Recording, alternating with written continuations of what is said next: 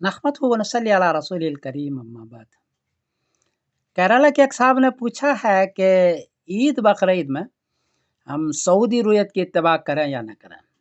जवाबन अर्ज़ है कि मैं मुफ्ती नहीं हूँ, किसी मुफ्ती से आप पूछ लें। अलबत्ता आप ये जो फ़ोटो देख रहे हैं, इसमें ये सफ़ेद रुमाल वाला गवाहों से गवाही पर दस्तखत करवा रहा है और मगरिब से पहले करवा रहा है, अज़ान उसके बाद हो रही है। मरसद तुमैर में 2021 रमज़ान की ये गवाही है। आपको भी अगर चाहिए बहुत सारी वीडियो 50 वीडियो तो यूट्यूब पर लिखें मरसद तुमैर, मरसद मेरा रसदगा, तुमैर जगह का नाम है, तो आपके पास आ जाएगा। कायदा यह है कि मगरिब के आधे घंटे के बाद जब अंधेरा होगा तब जा कर के चाँद नज़र आएगा। मगरिब से पहले कैसे नज़र आ सकता है? ये हमेशा ऐसे ही कर रहे हैं। और दूसरी बात ये है कि वो उस दिन कर रहे हैं जबकि आसमान पर चाँद अभी 2 डिग्री है, अभी आसमान पर चाँद बना नहीं है। इंडिया पाकिस्तान के साथ उसका चाँद बनेगा, लेकिन एक दिन पहले पर वो गवाही ले रहे हैं।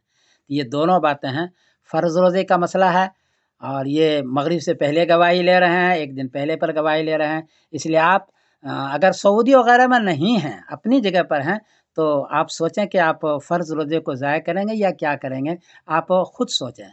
अस्सलाम वालेकुम व रहमतुल्लाहि व बरकातुहू। मैं आगे पूरी वीडियो आपको शेयर कर रहा हूँ, दे रहा हूँ, आप उसको पूरी वीडियो देखें। أبشركم تمت رؤية هلال شهر رمضان المبارك من هذا المرصد، مرصد تمير.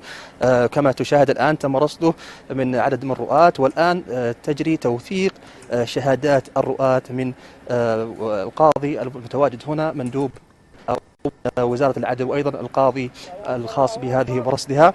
وأيضا هنا العالم تبارك لبعضها بشهر رمضان إن شاء الله، لكن ننتظر إعلان المحكمة العليا في حالة اكتمال الشهادات.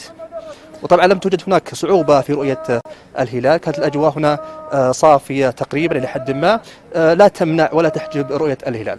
المرصد سدير المترائين شاهدوا هلال شهر رمضان، طبعا بانتظار الآن طبعا توثيق شهادة من قبل مندوبين من أو المترائين واثنين من الشهود، ومن ثم أيضا طبعا توقيعها من قبل الشهود لمندوب وزارة العدل، ومن ثم رفعها مباشرة إلى المحكمة العليا التي ستعلن بإذن الله تعالى رؤية هلال شهر رمضان.